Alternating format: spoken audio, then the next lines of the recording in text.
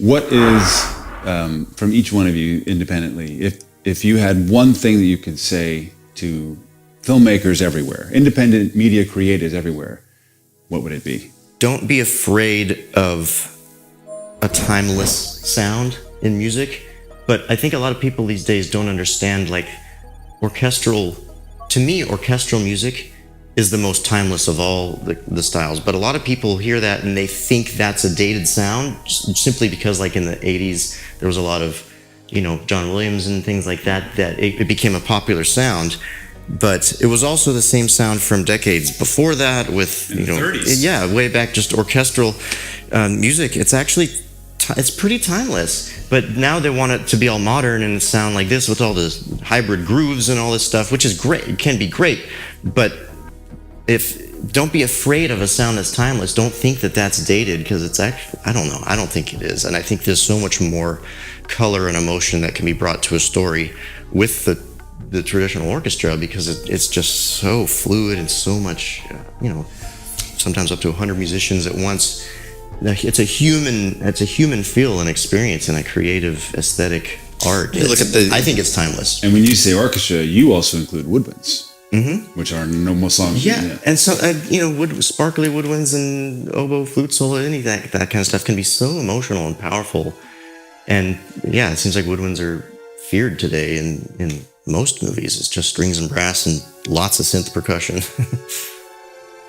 I think if I was going to say one thing, it might be really investigate your own heart and don't make decisions out of ego. Mm-hmm.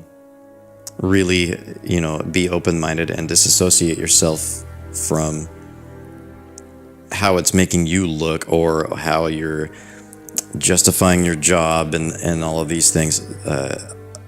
Same with producers. But I say try to serve, the composer's job is to serve the film. A lot of times the people hiring for that or the people in charge are not. They're just honestly, that's not what's happening. It's a lot of ego-driven decisions being made, a lot of orders getting made, a lot of headaches for other people trying to do their job, and it's because of fear-based decisions or ego-based decisions and not story-driven decisions. It happens all the time. How does a filmmaker know they've gotten the right composer? That's a good question. Oh boy. I mean, well, I think they have to, whoever is creatively making that decision is trusting, or they have some sort of instinctual reason for wanting to hire somebody who I'm assuming will have a voice that the reason they've chosen, like say it's Alan Silvestri, we love what he does or whatever. Let's choose somebody who we love their sound for, everything that we've heard them do.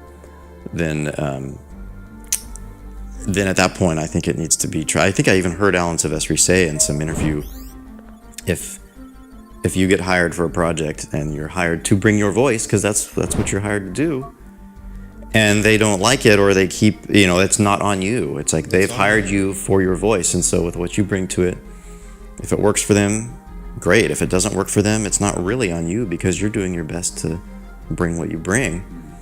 So I don't know as far as if it's right or not. I think that remains to be seen. It's like if it works, if it's working, it's like I think they'll know if they've hired the right person. Once you get into it for a while, listen to demos, have a bunch of composers. They'll send like maybe a scene to a bunch of composers and say, here, score this scene with this in mind, and they will sort through and go with sometimes someone can get lucky and knock it out of the park, and someone who's more qualified may not have quite hit it on the head, and they go with you just can't really know until you get into it. And really, it's hard. It's kind of nebulous, I think. Even if it's where you're stuck.